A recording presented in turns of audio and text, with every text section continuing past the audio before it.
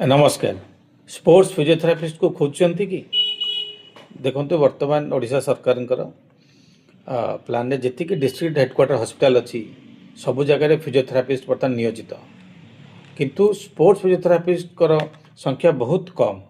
तेणु आपण जदि गाँ गहली खेलकूद कर किसी इंजुरी है जमा व्यस्त हूँ आप डाउनलोड करूँ मीट योर एक्सपर्ट ऐप जो थे आपण खोजतु स्पोर्ट्स फिजियोथेरापिस्ट नियर बाय आपण पाखापाखि एरिया रे क्रीड़ा फिजियोथेरापिस्ट जब अवेलेबल थे सहित आप संपर्क करेंगे। आप व्हाट्सएप माध्यम हो वीडियो कॉल हो ऑडियो कॉल माध्यम भी परामर्श नहीं पारे। डाउनलोड करूँ मीट योर एक्सपर्ट ऐप।